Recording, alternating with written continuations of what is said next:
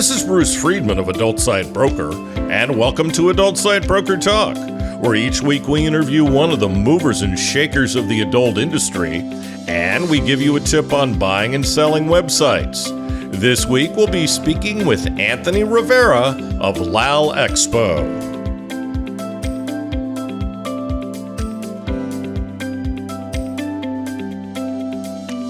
I'll be in Cali, Colombia for the LAL Expo, April 27th through the 29th. I hope to see many of you there. If you'd like to sit down and discuss business, contact me at adultsitebroker.com. We're proud to announce our latest project, thewaronporn.com. You'll find articles on age verification laws and other attacks on our industry. It's to raise awareness of our industry's plight in the war on porn. You'll find all that and more at thewaronporn.com. Now time for our properties for sale at Adult Site Broker. We have a buyer who's looking for OnlyFans agencies, chatting companies, and OnlyFans traffic sites. He owns one of the top OnlyFans agencies in the world and many of the types of companies listed above. They have a large budget to acquire multiple properties. We have a premium AI companion platform focused on emotional realism and deep memory. Users interact with lifelike companions that remember every detail and respond with real emotion. They've just added advanced video capabilities. We're offering a growing free porn gaming site with adult sex games. The site is owned by one of the top entrepreneurs in our industry. We have a network of BDSM subreddits that has over 1.49 million users, over 3.8 million posts, and almost 45,000 comments. We have a buyer who's looking for dating and lifestyle sites in Europe. They'll also consider other geos. They currently operate some very successful sites. There's a unique platform that bridges the gap between mainstream social link services like Linktree and adult content creators on platforms like OnlyFans. They combine a bio link with the ability to sell virtual gifts. And there's a highly active, organically grown Reddit community centered around the stalking and foot fetish niches. It's one of the leading spaces for adult fetish content on Reddit. For more information on any of these listings, go to our listings page or contact us at adultsitebroker.com.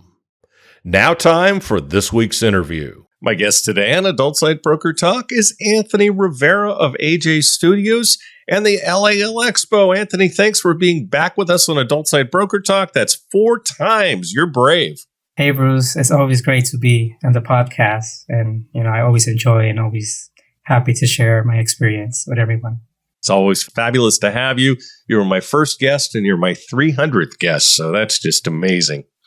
All right, so let's tell everyone about you. Anthony's a co-founder of AJ Studios, the leading supplier of cam models in Latin America with more than 3,000 models working 365 days a year. Anthony also has the Webcam Lab. It's a 24,000 square foot facility with the first outsourcing service center for the adult industry. Anthony is also the founding partner of LAL Expo. Since 2014, LAL Expo has brought together the most important companies in the online adult sector. This year's edition in Cali, Colombia will be from April 27th to April 29th.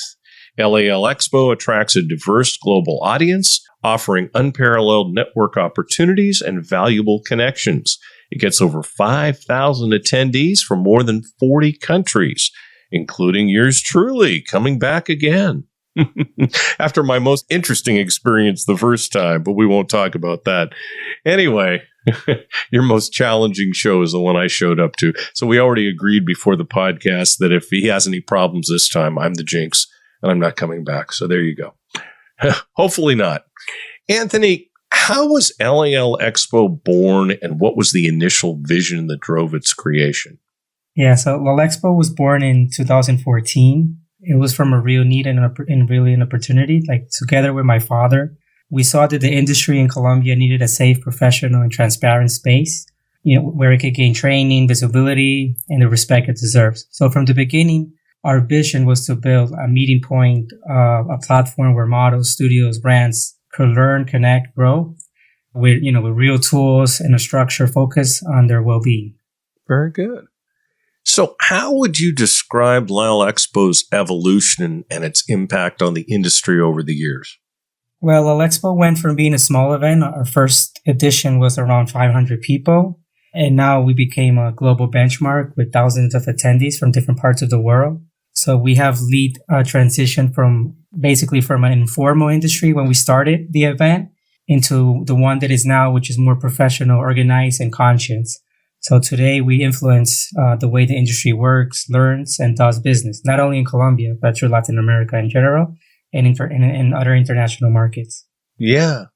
Did you, think back to that first show. Could you have dreamed that the show would, grow to where it is today?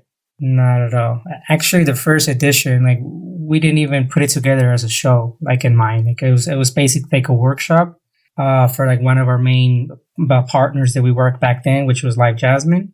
And that's how the whole thing came up. The crews from Live Jasmine tell me we want to go to Colombia. We want to do a small workshop. And, when talking to them, and I asked them, do you want just studios and models that work in Jasmine, or do you guys want more attendees? And they're like, no, the more the better. So I'm okay. So I'm going to let you guys do your thing the first day, and I'm going to do a second day with other seminars of general interest, not just about Live Jasmine. And that's how it actually started, the first event. And then it was just with Live Jasmine. I had no sponsorships up, anything. And all of a sudden, other companies started contacting me and say, hey, we hear you're doing an expo or a trade show. I'm like, well, it's not really a trade show. And they're like, no, it is now. We want to sponsor. I'm like, I don't even have sponsorship packages, but hey, if you guys want to give me money, for sure, I'll take. And that's how I started. Then the next year, the second edition, it was more we already had sponsor packages, like a show floor plan, and it was more like an expo, an actual expo. How many people showed up to the second year? Second year was about double the number, about 1,000 attendees. Wow. And it's just snowballed from there, hasn't it? Yeah. What was the first year that it really became a major show? I would say the third year, which was Cartagena, 2016. That year was, I would say that was everybody got a feel okay, this is really a big deal. Because Cartagena is a very international destination. It has a nice vibe. It has the beach, the ocean, and we took over basically the whole hotel. We did the show, and so I think that was the start. Of I would say on a larger scale of LALEXPO. And was the fourth year the year you did it in the convention center where everything kind of went sideways? Yeah, so we did it in the hotel. We kind of had a little hiccups with the hotel. So the convention center, the city convention center, because the hotel is one of the partner, convention center's partner hotels. So they knew about the event, they heard, and they're the ones that invited us. They're like, hey, we heard you guys had some hiccups with the hotel. Why don't you guys come and do the event at the convention center? We have no problems. And that was the year we had all the fucking drama with the mayor and all the media and the church and the Christians and the feminists. And there were only 10 protesters there. Yeah. It was crazy. Yeah, I know. 10 old ladies. Oh my God. That's hilarious. That's still one of the craziest experiences in my life was that show. Yeah, it was definitely. Oh my God. Yeah. Well, that's okay. You guys have overcome. There's no two ways about it. What would you say is LALEXPO's DNA? I call it LA Expo. You call it LAL Expo. So I'll call it LAL Expo. You say tomato, I say tomato. What makes it unique compared to other events in our industry? Well, I've always, say our DNA is professionalism, community, and a global vision. So LAL Expo, we don't see LAL Expo just as an event. We see it as a bridge between talent and opportunities, between knowledge and growth, between the local and the international. So that combination, I think, is what set us apart. In addition, the Latin culture, especially Colombian culture, has a positive impact on all international attendees, our warm friendliness, and above all, the amazing parties we host. I think that makes the experience truly unforgettable. even when the mayor screwed everything up, it still managed to be an incredible experience with the events, the small events we did at the beach, which I thought were fantastic. When we went out to that lunch, oh my God, yeah, Chris and I were just reminiscing about that the other day at the AW Summit. Quite an event. What transformations has LALEXPO generated in the professionalization, I can say that, of the industry? Yeah, well, basically we have driven professionalization standards, promoted safe, we promoted safe practices, and we guided thousands of models and studios toward a structured career. And we provided tools for brands to operate more efficiently and responsibly. So today, the industry, thanks to LALEXPO, has training pathways and more sustainable business models, thanks to the spaces we have facilitated with LALEXPO. Additionally, given all the situations we had with Cartagena back then, we have opened doors with government entities that once shut us down, now they work alongside with us. So they understand now more what the industry is, and they support us so we can continue to grow and stronger. We have about 8 different government entities that participate in the event nowadays. That's awesome. And what's interesting is there's been a lot of controversy about the webcam industry in Colombia. Some of your competitors aren't exactly on the up and up, and there have been some pretty shocking articles written about that. I mean, how important to you, because obviously your operation is completely professional, how important is it to you to stress being professional in our industry?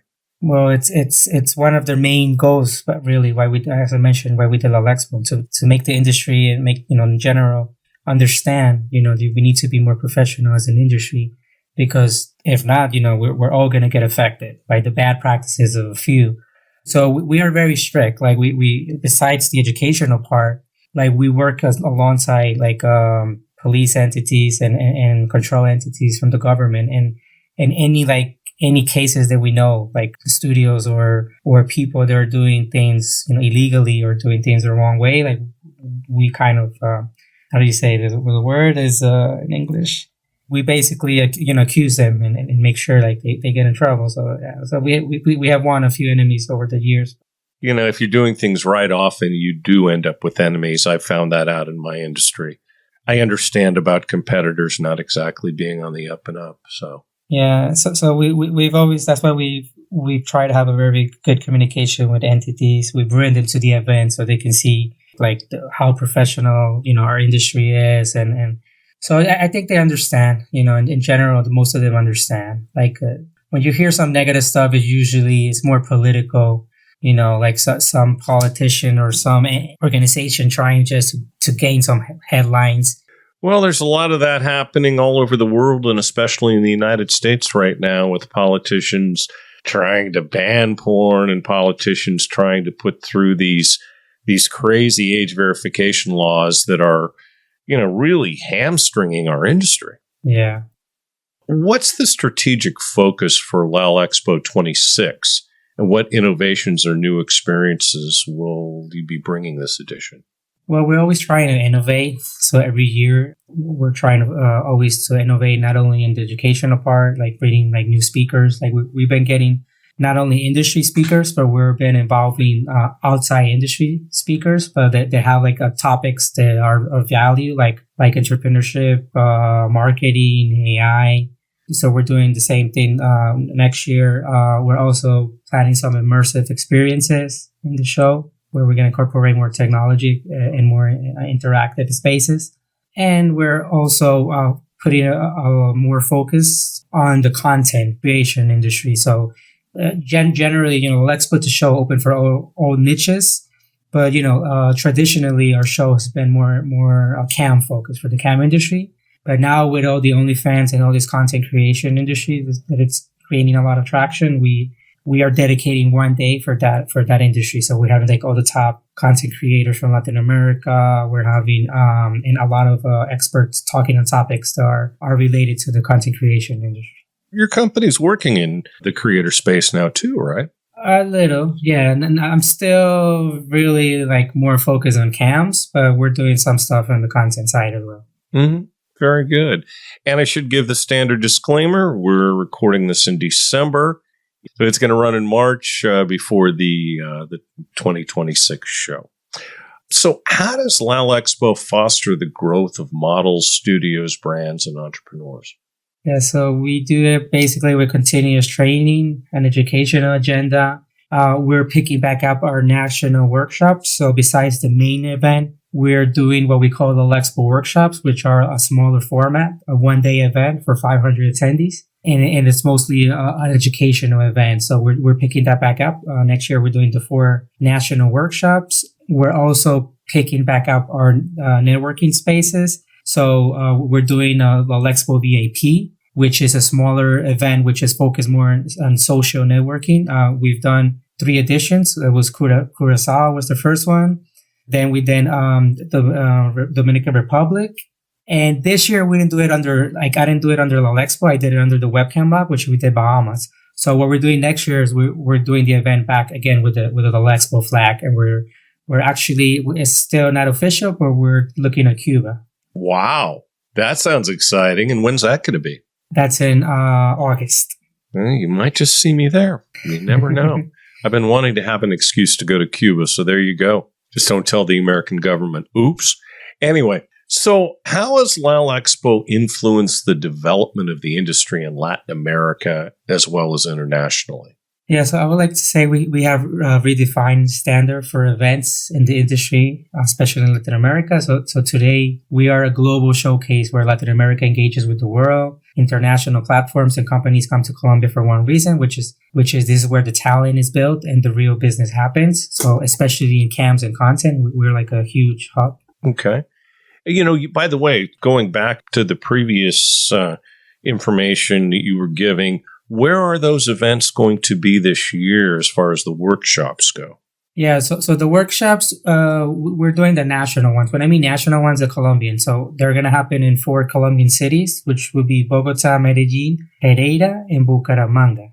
The ones that we did for 2 years were the Latin American workshops, which we were doing Brazil, Argentina, and Mexico. We did those for 2 years. But what we found, I'll be honest, what we found in those countries is CAMS is not as strong as Colombia. There is industry, but it's mostly independent models. There's not many studios, and there's not like an organized industry. What we found there, there's a stronger presence of content creators than CAN models. And, and still, like, as I mentioned, like now I'm focusing more on content creation, but still like at least 70% of my sponsors are CAM companies. So that's what we did at 2 years. It worked well. Like we had like an average 300 attendees. But I just didn't see it growing a lot in the future. So that's why we stopped doing those. But we're going to pick up the ones in Colombia. Talk a little bit about the CAM industry on where it's been and where it is today. There have been a lot of things going on. There have been a lot of challenges. I mean, where do you see it being in 2026? Well, so the main trend, which it's not specifically like a short-term trend, but where it's going, it's the models are becoming more and more independent. So the studio figure, it's losing importance, at least the traditional studio figure, which was like the main value studio was bringing in was the infrastructure, having like a nice location with nice rooms and computers. That's not as important now because the models, every time models are becoming more independent, it's easier for them to work directly with the platforms. They can cam from their own apartments. What a lot of them doing now is like they will like team up like 3 girls and they would just between the 3 of them get a place and they just go ahead and do it independently. So that's something where studios need to basically evolve and they have to figure like other ways to add values to models, not anymore just giving a infrastructure, a brick and mortar studio. So that's where I think a lot of studios are losing power and are losing, their way. It's they're not taking that step where to innovate, more on the service side, more in the knowledge side, like offer like really good broadcast assistance or really good, well structured trainings. Because still, like even if a model's independent, she's always going to run into issues. She's always going to want some help. So studios are still going to be around. It's just going to, change. It's going to evolve to a different way of operating. hmm And how specifically is AJ Studios responding to that? What specifically are you doing for your models? Yeah, so we're like, I mean, from 4 or 5 years ago, like we already kind of noticed the trend. So we started facilitating models to transition from the studio to working from their house, but still be affiliated to our company. Be affiliated to us and have all the support, have all the payment solution and everything we offer. So we have currently like AJ Studios, like from back in the days where our biggest strength was the studios, the actual, like, as I mentioned, brick and mortar studios. From 10 studios that we had in the past, now we have 3 studios.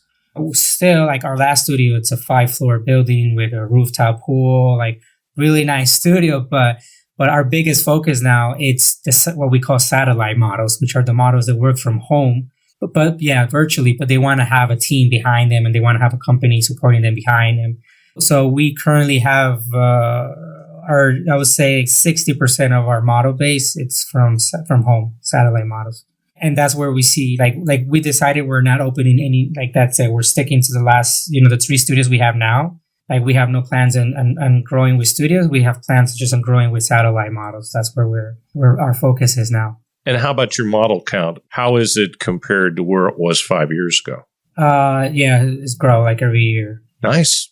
Especially with the satellite models, it's easier to scale than with studio models. Because with studios, if you want to scale, you just got to open a new location and open very intensive management wise, construction wise, financially wise, so time wise. So that's another reason why we saw like with satellite models, we could scale faster. It's a lot easier to scale. Sure. And how about the campsites? Where do you see that being compared to where it was 5 years ago? Well, campsites, I see a consolidation, like a lot of they're like a top couple big players, and those are the ones that we're seeing like a lot of growth, and like smaller players are like hitting I would say like a growth limit. They get to a certain point where they just can't compete with the big guys because the big guys are spending $20-30 million in traffic a month, where if you're a small guy, you're spending 1 million, 2 million. That's the maximum you could do on traffic. So that's what we're seeing. Like we're seeing a consolidation of a lot of the traffic and a lot of the models, studios like shifting over to a couple of big players. And what impact do you think the OnlyFans thing is having on camps? I actually see it as a positive impact. A lot of people they get scared and think it's a negative impact, but the way I see it is OnlyFans has brought a lot of new users, a lot of new customers into our industry. Like even though if they come for content, like they're still coming for to see adult content. So a lot of them cross over to cams, and it has brought basically a lot of attention into like our industry and from the consumer side. A lot of consumers never knew about never probably saw like a adult content platform where they could interact with girls either through content or live. So I've seen it as a positive impact.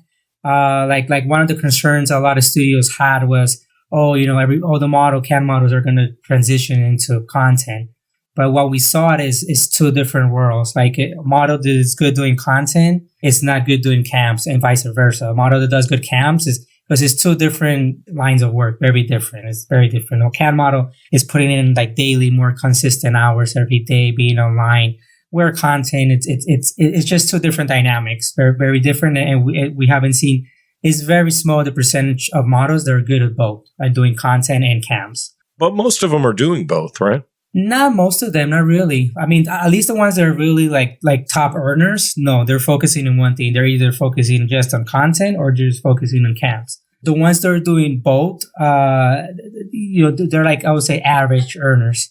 They use maybe their campsites to cross some clients over to content and vice versa.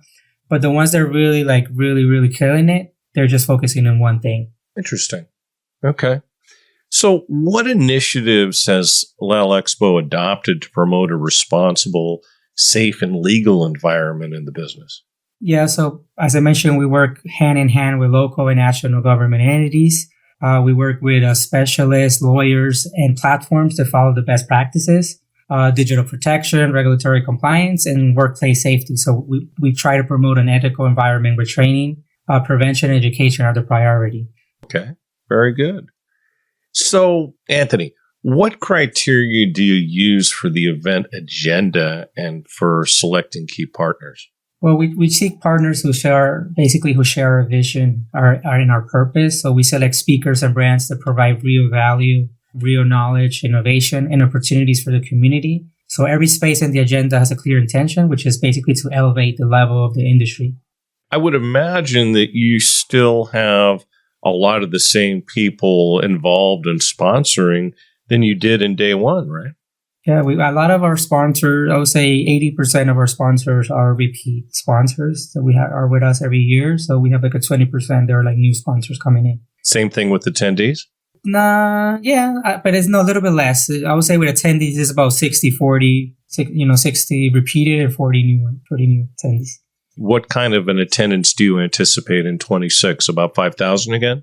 Yeah, so last year we had over 5,000. I mean, our goal is to reach 6,000. That's kind of our goal, but for sure over 5,000. Fantastic. What business opportunities, partnerships, and expansion options do attendees find at LALEXPO?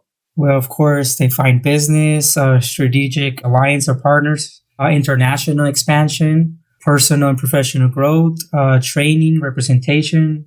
They can find new audiences, mostly the most important one is direct access to the most important brands in the industry. So basically, it's an ecosystem of opportunities. Okay. What's been the biggest challenge in the show's history, and what lessons were learned? So the biggest challenge, I would say, has been breaking down stigmas. Improving their professionalization is the path to changing narratives. So 2022 was our year, I would say is our toughest year, where we had to face several cancellations, basically to misinformation and biases that I believe in, many of us at some point in the industry have experienced. So this pushed us to build, as I mentioned, strong alliances with entities that we know will support us. And it showed us that people truly love LALEXPO. So it's more than just an event for them. So we learned that educating, communicating, and providing guidance transforms perception, creates opportunities, and dignifies the work of the people in the industry. In 22, you were still dealing with COVID too, right? No, so 22 was a similar situation than 2017, but on steroids. Yeah. That was the year that there was, of course, there was a new mayor. And we went back to Cartagena. He told us, basically, we got the pre-approval. So now, like, the size of our event, we became a public event. So now we do have to get like permits from city permits. So the way it works is, like, as an event organizer, you go to the city and you present your event, and they give you a pre-approval. Pre-approval means they look at everything. They say, okay, we're fine. Just go ahead and start doing your event, start investing, and start putting everything together. And then 2 months before the event, and it's like a formality, like they give you the official permit. So what happened in 2022 is we presented the event to the new mayor, to the city. They gave us the pre-approval. And then like 3 months before the event, we started becoming a hot media topic. Some feminists start, giving us bullshit and so on. And then the main priest from Cartagena, and et cetera, et cetera. So the mayor just couldn't handle the pressure, and he was polite. Like, he called us in privately, and he was like, "Hey guys, I can't take it anymore. And I have a lot of these international funding programs, and I can risk and blah blah blah." And I'm like, I just wanted you guys to know first, but tomorrow I'm going on the news and I'm gonna announce that we're not giving you guys the permit. So yeah, that was 3 months before. So at least we had some maneuver time. We went to then the closest city, big city from Cartagena is Barranquilla. And we went to that city. We spoke to the mayor. He came on the news defending us. He came on the news on saying that he respected the constitution and he is nobody to dictate what events cannot take place on his city. So like, he came actually like publicly on the news and defended us. And the problem he had was the general attorney from Colombia went against him and say they were going to start an investigation. And they put a lot of pressure on him, where like a week before the show, he canceled on us. Yeah, so that was 2 cancellations. And then this was a week before, we had to reschedule the show at this point, like, this is, a really inside story. Like, we were flying back to Cali And me and my dad, we were like, that's it, fuck it. Like, this is just too much fucking stress and too much shit. Like, that's it, we're done. We're not. And then flying back to Cali, when we arrived, the mayor of Cali calls my dad. Like, my dad has the phone ringing. He's like, oh, it's the mayor. And the mayor of Cali is like, you guys, you dumb fucks. Why do you just keep doing the event here in Cali? Like, we have no issues. And yeah, so at that point, me and my dad were like, okay, well, it's either this is the end of World Expo or we could just fucking give it a last fucking try. So we rescheduled the event for 2 months coming up. We spoke to the sponsors. We covered their losses because a lot of them they had non-refundable flights and etc. So yeah, so we negotiated with sponsors and everything worked out at the end. And yeah, we had a great show. That's awesome. Just expensive, right? Yeah, it's expensive and a lot of fucking shit. In 6 months, we put up the show in 3 different cities. First, we had everything together in Cartagena. Then in 2 months, we put it together in Barranquilla. And then 2 months, everything in Cali. Oh, God. Talk about a lot of work. How has LALEXPO transformed in response to changes in platforms, regulations, and new digital dynamics? Well, we try to adapt quickly. So we update content, we strengthen our legal agenda, we expand the training spaces and create workshops to prepare the community for new challenges. So LALEXPO moves at the pace of the industry and often one step ahead. So like I mentioned before, now we have LALEXPO content, which is a dedicated day focused only on content creation topics. And it's something that we started 2 years ago and it has been very well received. Sure. I would imagine with the creator economy, it's probably extremely well received. How do you envision LALEXPO in the next 5 years, and what legacy do you hope to leave in the industry? So, I see LALEXPO solidify as the most important Spanish-speaking event in the world. So I respect the influential and transformative space for the whole industry. Our legacy is a more professional, safer, and more connected industry with real opportunities for everyone. Very good. And you guys certainly accomplished that big time. If you could define in a single sentence what LALEXPO means to you, what would it be and why? Professionalization. Oh, there's that word again. Yeah, that word in English. Okay, so yeah, that's always been the purpose, and I believe it has been proven. So it would always remain the core. We have managed to transform lives through knowledge and community and dignifying the industry. So yeah, that's always going to be the core focus of LALEXPO has been professionalization. Sure. So are you working on any new projects? Yes, I am. You always are. Yeah, but I slow it down a little. I'm working new projects, but more outside the industry. So as far as the industry, we're focused on growing our current business, on the studio, on the model side, AJ Studios, on the studios, on the service side, the Webcam Lab. And on the back end support for the platforms, we're basically as well, like we support a lot of the big platforms for the Latin American presence. So from setting up like support teams, marketing teams, business development teams. So that's very steady. But besides, our business, our industry business, we're expanding to a casino, a physical brick and mortar casino in Cali. Is it open?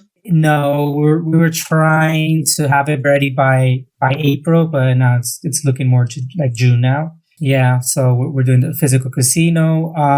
We're picking up. I don't know if you know the story, but before I came to camps, I was in the matchmaking industry. Yeah, I had a marriage agency with my dad, so we used to bring Americans to Colombia to find wives. Not a bad place to find a wife. Yeah, so we have a project where we're picking back at that idea, and it's called Match Latin. So basically, it's a mainstream dating matchmaking site where we're also gonna, besides the online, service and all the the usual stuff that you do online to match with girls, we're gonna do in-person events in Colombia. So we're gonna do tours. So we're gonna have the in-person component as well.